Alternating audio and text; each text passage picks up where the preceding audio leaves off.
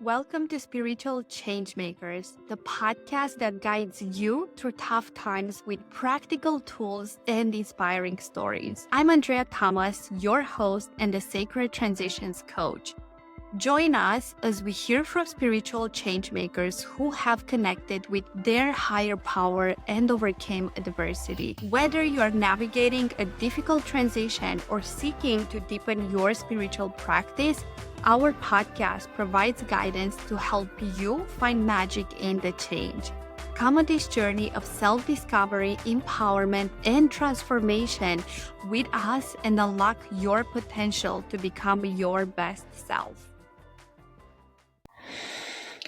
A few weeks ago, I had my third seizure. And while I was lying down, if you're watching this on YouTube, was right here on the floor, just waiting for my body to come back to me. I was honestly not thinking about my business. I was not thinking about my next lunch or my clients or the next retreat or next opportunity. Honestly, I had one thought, and that thought was that something major has to change. And for the first time in a long time, I realized that my body has been trying so much to get my attention, but honestly, I haven't been listening. And this episode is not about seizures. It's about actually what happened afterwards. Because what I discovered when I stopped chasing the next big, shiny thing is the grief that has been waiting for me on the other side of stillness. So welcome back to Spiritual Changemakers. And looking back now, I can honestly say that I have drifted away, so far away from the very thing that I was actually teaching. I teach nervous system regulation, I teach embodiment, I teach to listen to your body. And yet, for quite a few months, I have been living in dysregulation because I moved to Austin over 6 months ago. And I'm like, okay, I'm creating a community. I am having all of these different opportunities. I'm invited. I have to say yes to integrate, to fit in. So I ended up having my calendar full. I was saying yes almost to everything and everyone.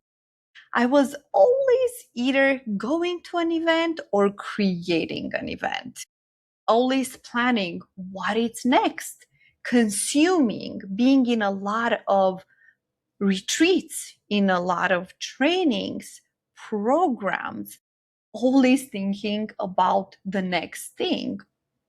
And the scary part, it is that it made sense. It looked productive. I'm like, hey, this is what I'm doing. This is my life. It's part of my profession of being a guide, a coach, a healer, and so on. So from the outside, it looked like all good, all great. But my body actually knew before my mind did. And there is this saying in the somatic world that the body, it is going to whisper before it screams. And my body has been whispering for a while. I would feel fatigue. I would feel tired. I was having this lower back pain. I would wake up without energy, because I'm like, oh my God, I have all of these sessions from early morning. And I started skipping my practices because I'm like, I don't have time for them. I'm so busy. Can you relate? And I started feeling stressed and overwhelmed. And I just honestly ignored my needs until eventually my body just screamed. And after the seizure, I had a lot of recovery to do physically, but also mentally and emotionally. It was quite a shock because the first seizure I actually had, it was 12 years ago. And that was my awakening as well. I had a near death experience, 2 days in coma. And, the doctors told me at that time, Andreea, once you have one seizure, it can like come back, it can reactivate. And I remember after that period that I have lived for a period of time in a lot of fear. And the thought that was running in my mind was like, oh my God, I cannot have a normal life again. I cannot be normal. I can have anytime a seizure. And I was just living in this fear and contraction. And after a while, as I started like waking up spiritually and so on, I said, you know what? I am not going to choose to live that way. So I haven't had a seizure for over 11 years. And the second one I had was last year when I was in Peru and I did Wachuma, which is a cactus. And it was just insane. I'm like, oh my God, what happened? I just had another small death. But I'm like, whatever. It has always happened until that point with a substance. The first time when it happened, I was in Vegas and I took a substance. I'm not going to say the name. I took a substance and the doctors said that I had an allergy reaction. And I was like, okay, I'm just not going to do substances, chemical substances from that point on. And I haven't. But last year it happened with a plant. And I'm like, whew, this is rough. What's happening? Anyhow, I moved forward. And this time, guess what? It has happened while I was doing my own breath work, which is such an irony because one of the reasons I decided to do my breath work, it was because I was very stressed, very overwhelmed. And I said I'd want to be more the embodiment of my work. So let me practice and do more of my own breath work. And here it was. I wouldn't say it's because of breath work. It's because of the accumulation of the stress and overwhelm I have put on myself until that point. And the breath work was just like the thing that like made it explode.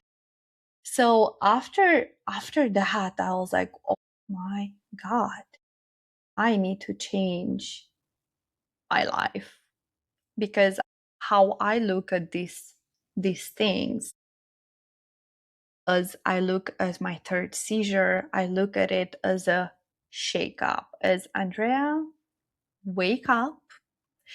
You are misaligned. Something is not working in your life. You need to change. You need to shift. So I started asking myself some really difficult questions, and one of them has been that what is it that I have actually been chasing?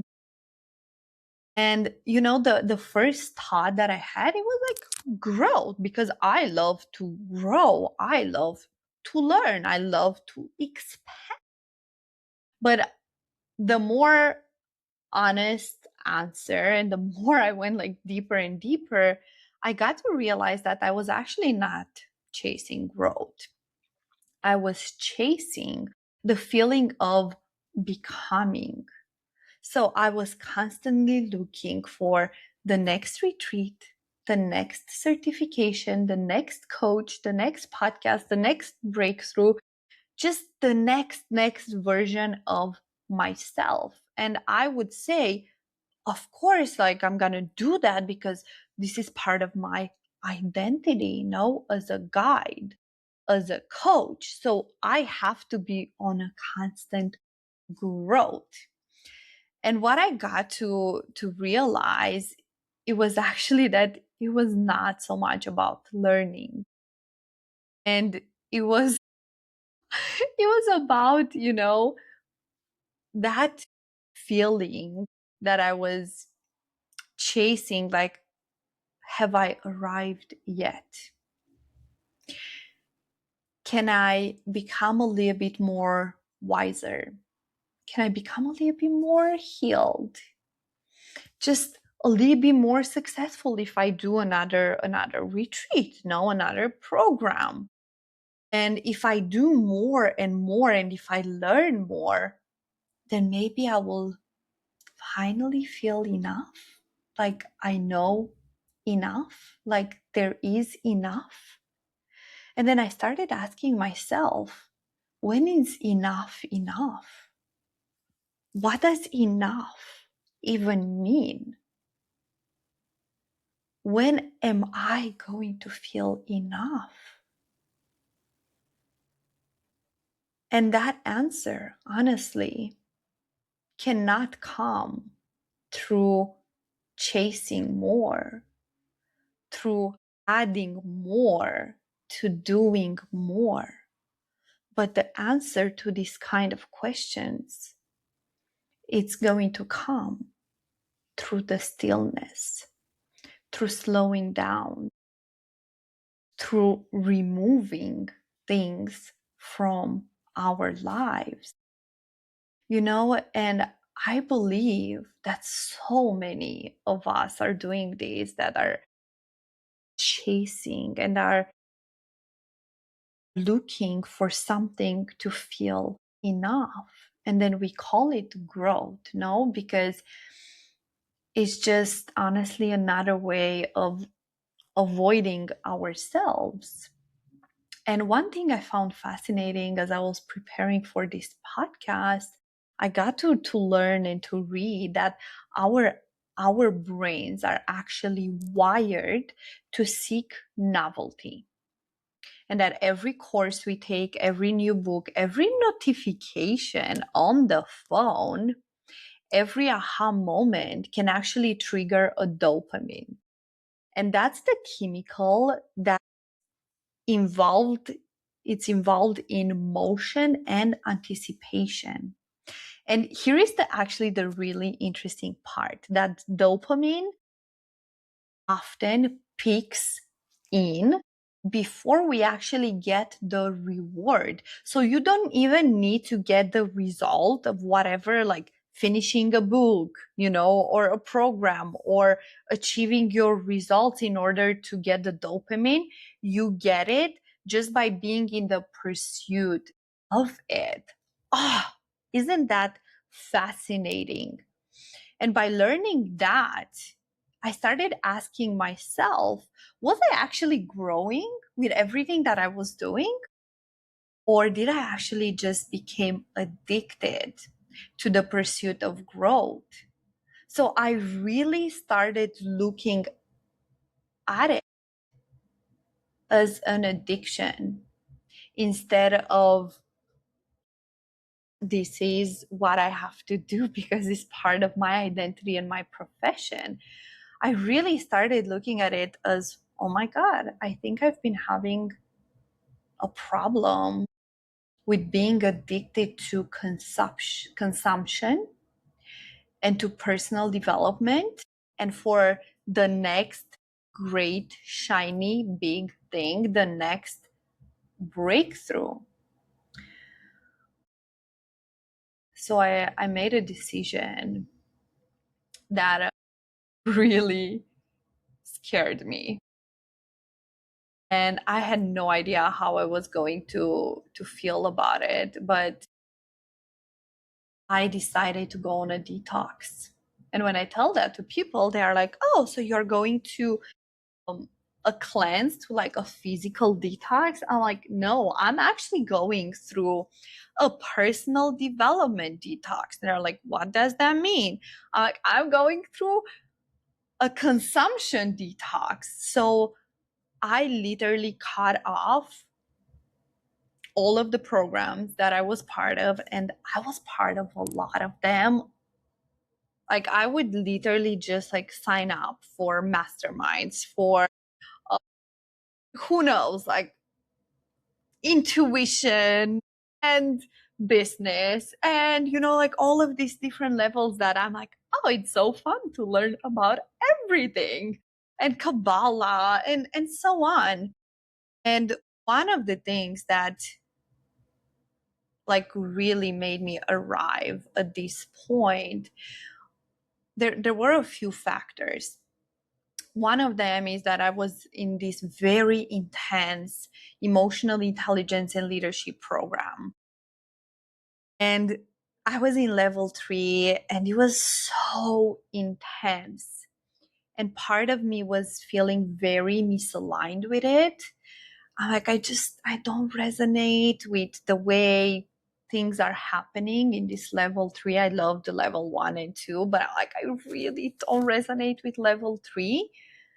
But I'm not going to leave because I want to challenge myself. I want to push myself and I want to complete it. I want to complete this training. So I was like, oh, forcing myself to go through it. And then another thing that I did, which is absolutely insane. Listen here. I was already in this emotional intelligence and leadership training, which was super intense, like trainings, accountability, weekly calls. Like we had like 3 weekly calls, like super in depth. And then I went to a 1-day retreat with one of my girlies, with a friend of mine, with a super famous person, and it was about like creativity. And I'm like, yes, I've been wanting to tap more in my creativity, be more creative, more as an artist. And guess what? Of course, they sold us something now at that 1-day retreat. They sold us a 1-year mastermind. And it was $15,000. You would receive some great, amazing bonuses. And I left from there and asked for a sign. And I was like, please show me. Should I join? I really want to tap more into my creativity and I want to be surrounded by artists. And, I'm like, I really want more of that. And you know what I did? I chose to join. And I didn't just join, but I decided to pay in full. And the next day I went to like a bonus event for those that have joined the program. And I'm going there and I feel this like, ooh, this pressure, it was coming from my solar plexus into my chest and my throat. And I started asking myself, I'm like, what the fuck, Andreea? What did you just do?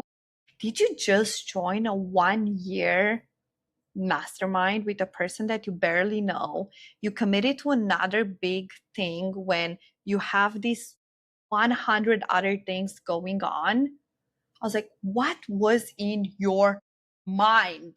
And I started feeling a little bit frustrated on myself. And then I was feeling this pressure. I'm like, what did I do? And now I was thinking, I cannot change my mind. I already paid. I went to the second day of the retreat. What would my friends say? Because my friend is the one that introduced me to this person. And then I was feeling all of this pressure of like, I know I cannot back up.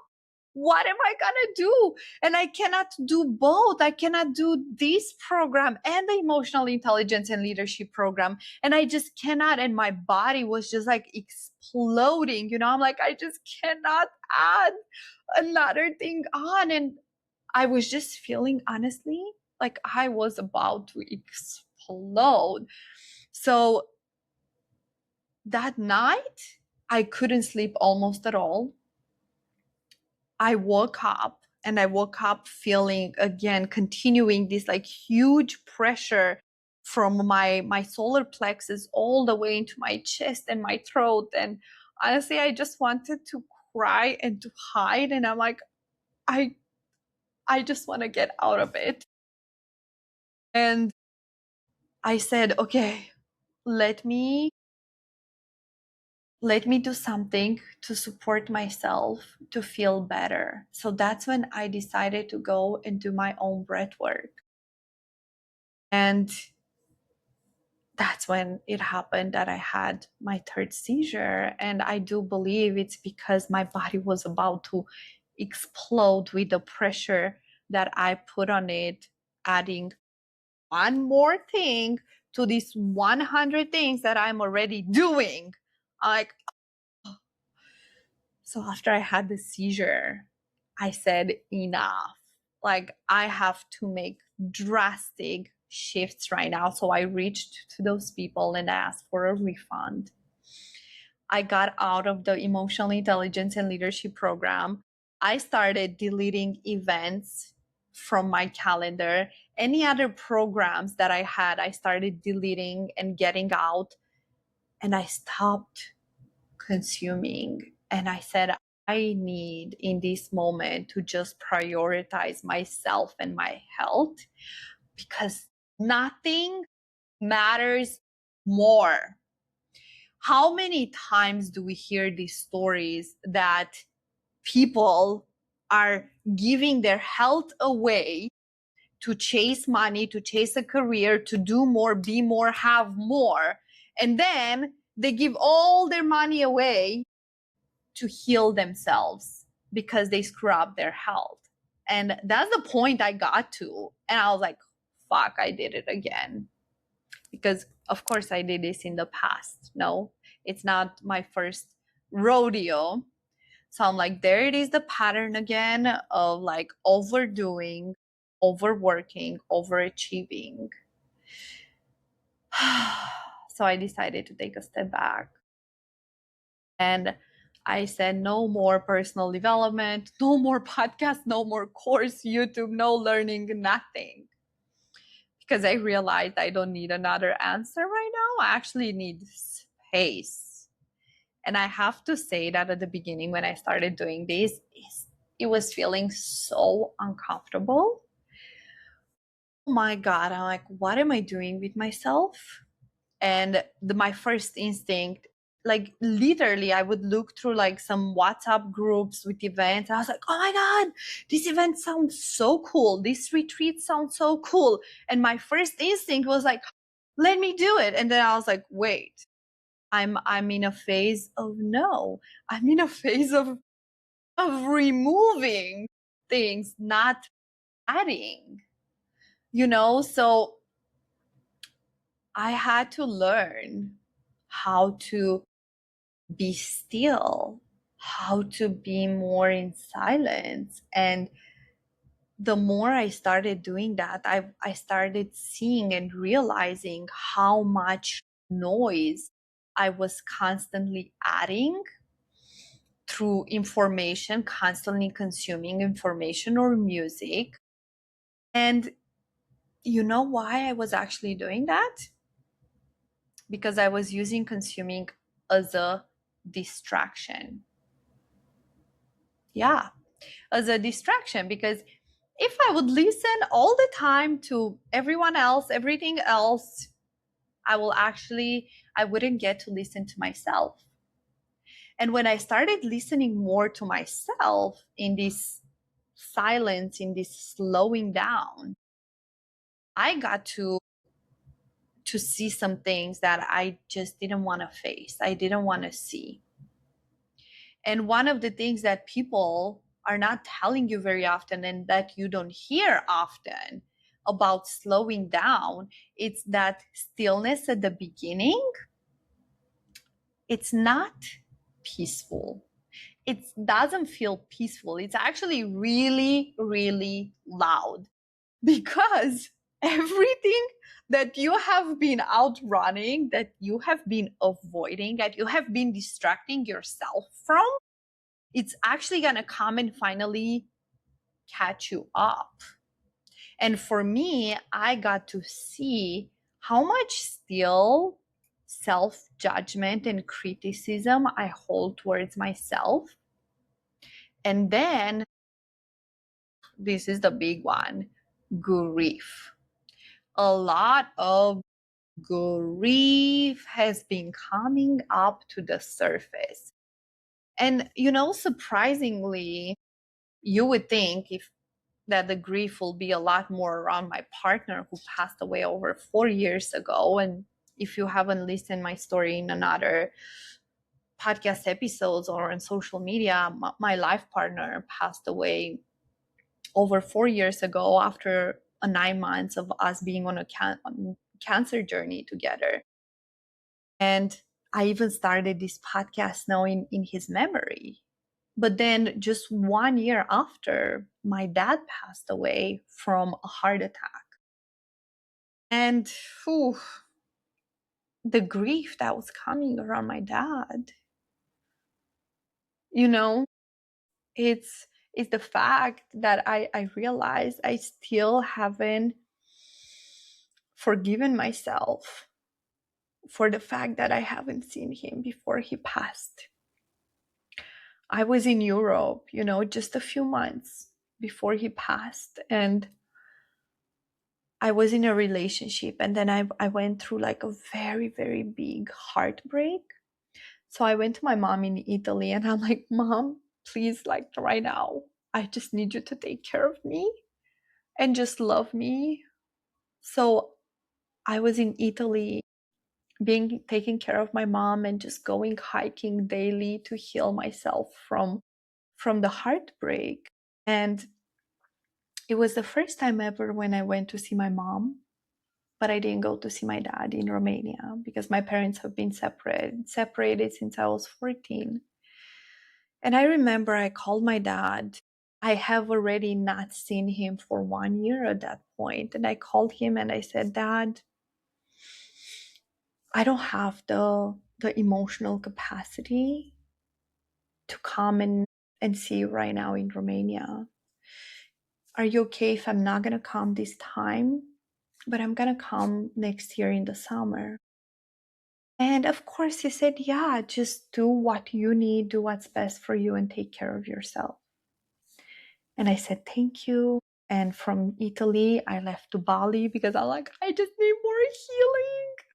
And I had a friend in Bali, so I decided to go to Bali. And after Bali, I went to Thailand. And, I was in Thailand when my dad suddenly passed away on his birthday. And I had the longest trip ever. I traveled like 40 hours to go from Thailand to Romania, where my dad was buried. And I was just constantly thinking of like, I was supposed to see him in a few months. I was supposed to see him. And I didn't get to see him before he passed. And I was so mad and so upset on myself for not seeing him. And this grief has been coming a lot right now because what I'm realizing, ever since he passed, I thought I worked through a lot of grief, and I did. There are just so many layers to it. That's one of the things. And another one is that I haven't truly given myself the stillness, the space to process it in this way. I was healing constantly through like plant ceremony, through working with coaches, with healers, with, externally, a lot of external stimulation. And now more of this grief has coming. So I've been feeling so deeply into it, like the grief, the sadness, the loneliness, and all of it. And I really started realizing that achievement had become like a very sophisticated way of just staying busy enough not to feel. And yeah, it's not easy to admit that, but it's true. So how I want you to look at it, that stillness actually didn't create those emotions. No, it just revealed, it just brought up to the surface what was actually has been waiting underneath. No, all the movement was been waiting for it, but it didn't have the space to come because I was like, go, go, go. Let's go and let's do more and let's achieve more. Let's be more. So here I am right now, a few weeks into this slowing down, and it's a constant process, like with anything. It's not a one and done thing. It's a constant revealing, a constant remembering, a constant like, oof, wait, I said I'm not going to do this. And during this time, I have been connecting more and more with this concept as well of the wealthy body. No, because I don't believe a wealthy body, it's a busy body. But a wealthy body, it's a body that has the capacity to receive life and to choose what we receive, to receive joy, to receive love, to receive peace, to receive the uncertainty, the grief, all of it, and to be able to receive the success and the rest, to be able to hold the opposites, the polarity, the duality of things. And the truth is that you cannot build that capacity while you are constantly running on empty. So I want to share with you what being in this detox, what doing less has been giving me so far. And at the beginning, I really thought that doing less will actually leave me with less instead of giving me more. Less information actually results in more clarity. And I want you to look at it that way, that wait, when I'm actually not constantly consuming, you want to say that I will have more clarity within myself, with next steps and so on. Yep, that's exactly what I'm saying. And it's less of this urgency of like, oh my God, it needs to happen and it needs to happen now and it needs to happen in this way. And through less urgency, you are going to encounter more peace, because you get to this place of understanding and realizing that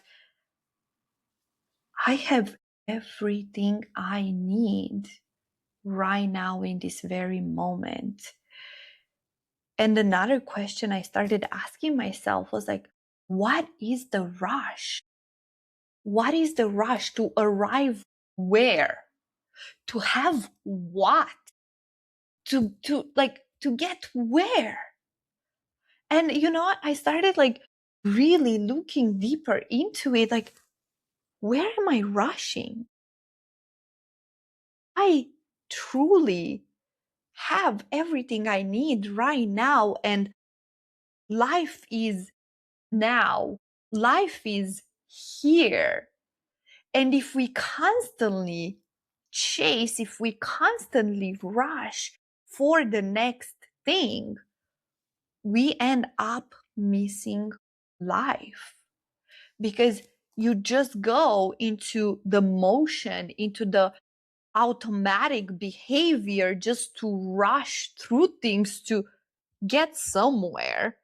And when you arrive there and you rush through things, you know how it's going to feel? Empty. It's going to feel empty, and you're going to feel unfulfilled. And then you're going to ask yourself, wait, I thought I'm going to feel different. I thought I will be happy when I achieved blah, blah, blah, when I finished this certification, when I did this course, and so on. And it's not, because less becoming, it's actually more being. And that's the paradox, no? Doing less actually didn't make my life smaller, but it actually made my life deeper. And I got to arrive at a place of finally, after I've been through like a lot of emotions and mentally now as well, going through a lot of things, I finally, right now, I'm at a point where I feel back connected with my body, back connected with myself. And not just that, but I feel more connected with people around me, with my friends, with the community. And I'm able to show up right now in a way for those around me, in a way that feels good. I feel like I'm able to show up and actually give, because I have been filling up my cup. Now I've been taking a lot of care of myself, of my body. So because I have been filling and filling and filling my cup and creating space and saying a lot of no's, which there is so much power into saying no. Now when I show up and when I interact with people, I feel like, oh my God, I just want to give. Instead of before, when I was running on empty, I was constantly thinking, what can I get? What can I get from this interaction? What can I get from going to this event? What can I get? What can I take? And that's the difference of when we are running on empty, when we are running dysregulated, or when we are running on overflow of feeling at peace, present, regulated. So I want to leave you with a few questions. And the first one is, what are you chasing right now that maybe you have labeled as growth? What are you chasing? The second question is, what are you consuming instead of feeling? And then the third one is, what might surface if you stopped reaching for the next thing for just a few days? What might surface for you? And I'm not going to say that you need to do a massive detox as I am doing right now, but I do want to invite you to choose one thing, just one thing. Maybe it's one podcast, one book, one app, just one source of constant input that you have, and to just put it down for 3 days. That's it. Start with that. Put it down for 3 days.